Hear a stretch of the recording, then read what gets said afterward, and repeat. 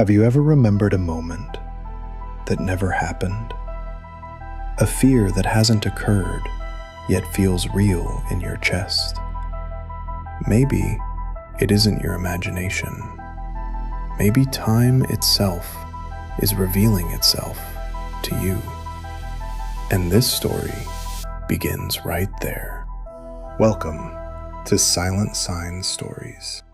We are taught that time is a river. It flows in one direction, from the past through the present and into the future. We are told that the past is a memory, etched in stone, while the future is an unwritten page, a void that has not yet occurred. But what if that is a lie? What if time is not a river, but a landscape, a vast territory where the past, present, and future exist simultaneously, like mountains and valleys in the dark? And what if, occasionally, during a storm in the human mind, a flash of lightning reveals the terrain ahead? Throughout history, we have heard stories of oracles, prophets, and seers. We usually dismiss them as myths or coincidences, but there is one story in the archives of the 20th century that makes even the staunchest skeptics shiver. It is the story of a tragedy so immense that it scarred the collective soul of humanity. But the terrifying part isn't the tragedy itself. The terrifying part is that the tragedy was experienced, documented, and published in a book 14 years before it happened. Today, we are not just talking about the Titanic. We are talking about a glitch in the matrix of reality. We are talking about Morgan Robertson, the man who remembered the future. If you are ready to question the nature of your reality, let's travel back to the gaslit streets of 1898. The year is 1898. The world is on the brink of a new century. The Industrial Revolution is roaring. Humanity is drunk on its own power. We are building steel towers that scrape the sky and ships that defy the gods. In a small, dim room in New York City sits a man named Morgan Robertson. He is not a famous author. In fact, he is struggling. He is a former merchant marine, a man of the sea who spent years working on the decks of ships, facing the raw power of the ocean. He is hardened, cynical, and arrogant. But on this particular night, he is something else. He is possessed. Robertson often spoke of his writing process not as creating, but as channeling. He claimed that when he wrote, he entered a trance state. His biographer would later note that Robertson felt an astral writing partner took over his hand. He wasn't inventing a story. He felt like he was reporting a memory that hadn't happened yet. Driven by this invisible force, he begins to write a novella. The story is about hubris. It's about a society that believes it has conquered nature. And the centerpiece of his story is a ship. Not just any ship. The largest, most luxurious, most technologically advanced vessel mankind has ever seen. He needs a name for this fictional leviathan. He thinks of the titans of Greek mythology, the giants who dared to challenge the gods and were cast down into the abyss. It fits perfectly. He names his ship the Titan. Now, you might say, okay, he guessed a name. Titanic. It's a linguistic coincidence. If that were the only similarity, we would end the video here. But as we open the pages of Robertson's book, titled Futility, the coincidences stop being coincidences and start becoming mathematical impossibilities. Let's look at the specifications. Robertson, the former sailor, was technical. He didn't just write, "It was a big ship." He gave numbers. Number 1, the size. In the novel, the Titan is described as the largest craft afloat and the greatest of the works of men. Its length, 800 feet. 14 years later, the Titanic is built. Its length, 882 feet. A difference of less than 10%. Number 2, the speed. In the book, the Titan is an ocean liner capable of record-breaking speeds. When it meets its doom, it is traveling at 25 knots. The real Titanic, when it struck the iceberg, was traveling at 22.5 knots. Both ships were moving at near maximum speed, recklessly, through dangerous waters. Number 3, the capacity. Robertson wrote that his Titan carried 3,000 people, passengers and crew. The real Titanic carried roughly 2,200 people, but had a capacity for 3,000. Number 4, the unsinkable myth. In the book, Robertson writes a specific detail about the ship's engineering. He mentions that the Titan has watertight compartments and automatic watertight doors. Because of this technology, the fictional ship is labeled by the press as unsinkable. Does that sound familiar? The real Titanic featured 16 watertight compartments and was famously marketed with the exact same word, unsinkable. Number 5, the fatal flaw.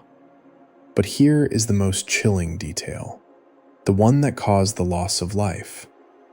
In Robertson's novel, the Titan carries 24 lifeboats.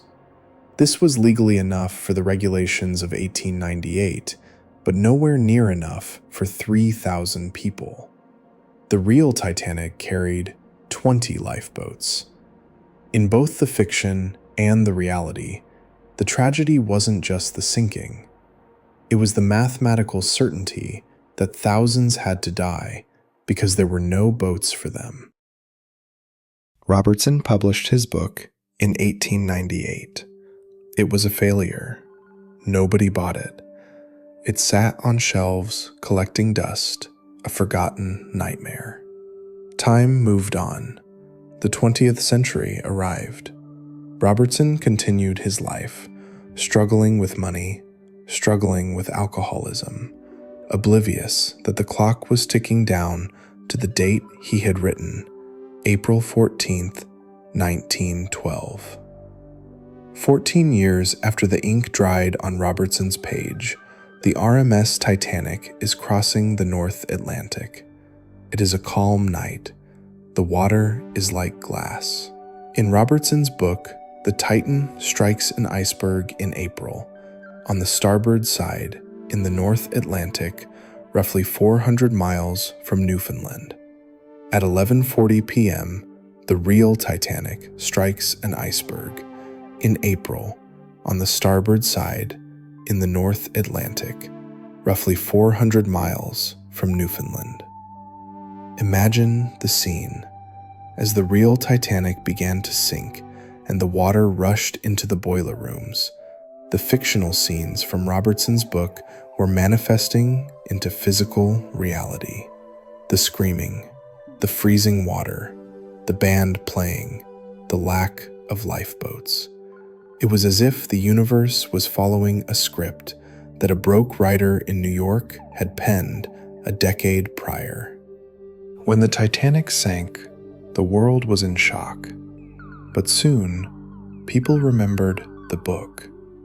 Suddenly, Morgan Robertson wasn't just a failed writer, he was a sensation. Newspapers called him a clairvoyant, a medium, a prophet of doom. You would think this would make him rich. You would think he would be celebrated. But history is cruel to prophets. Robertson received hundreds of hate letters.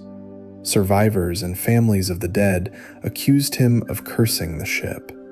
They said he used black magic to manifest the disaster.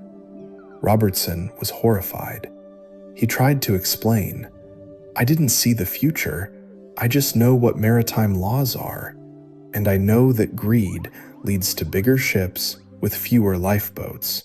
It was an educated guess. But was it? Can an educated guess get the name, the size, the speed, the month, the location, and the specific cause of the accident exactly right? Robertson died just 3 years later, in 1915. He was found dead in a hotel room in Atlantic City, standing up, leaning against a bureau, looking out at the ocean. He died broke, and he took the secret of his source to the grave. If the Titanic was the only thing Robertson predicted, we might settle on coincidence. But the rabbit hole goes deeper. In 1914, 1 year before his death, Robertson wrote a short story titled Beyond the Spectrum. In this story, he describes a future war, a war between the United States and the Empire of Japan. In his story, the Japanese do not declare war formally. Instead, they launch a sneak attack on the U.S. fleet in Hawaii. He wrote this 27 years before Pearl Harbor. He even described the Japanese using flying machines to bomb the ships at a time when aerial warfare was in its infancy. Once is a coincidence. Twice is a pattern. So, what was happening in Morgan Robertson's brain? Science and philosophy offer us 3 ways to explain the impossible story of Morgan Robertson. Theory number 1, the collective unconscious. The psychologist Carl Jung proposed that all human minds are connected, like roots of trees underground. He believed in the universal library where all human knowledge, past, present, and potential future, is stored. Artists, writers, and musicians often enter flow states where they disconnect from their ego. Did Robertson, in his trances, accidentally log in to this library and read the file marked 1912? Theory number 2, the block universe. This comes from Einstein's physics. We think time flows like a river, but physics suggests time is like a frozen block of ice. The dinosaurs are at one end, and your death is at the other. They all exist simultaneously. There is no past or future. There are only coordinates in space-time. Perhaps Robertson's consciousness slipped. Maybe his mind drifted forward in the block, saw the Titanic, and then drifted back to 1898. He thought he was imagining it, but he was remembering it. Theory number 3, the skeptic's view. Skeptics argue that thousands of books are written every year. With enough monkeys on typewriters, eventually, one will write Shakespeare. Ships were getting bigger. Icebergs are always in the North Atlantic. Perhaps Robertson was just a very knowledgeable sailor who understood the trajectory of engineering. But the Titan, the name, that is the detail that keeps the skeptics awake at night. We like to think we are the authors of our own lives. We like to think the future is open. But stories like Morgan Robertson's force us to look at the terrifying possibility that the script is already written. Was the Titanic destined to sink? Was Robertson destined to write it? Or is time more fluid than we can comprehend? Maybe the next time you have a sudden feeling of dread, or a dream that feels too real, or a moment of déjà vu where you swear you've been here before, don't ignore it, because you might be doing exactly what Morgan Robertson did. You might be catching a glimpse of the landscape ahead. The past is a memory. The future is a secret. But sometimes the curtain falls. What do you think? Was this the greatest coincidence in history, or proof of precognition? And have you ever predicted something before it happened? Share your story in the comments. Subscribe for more dives into the mysteries of our reality. I'll see you in the future.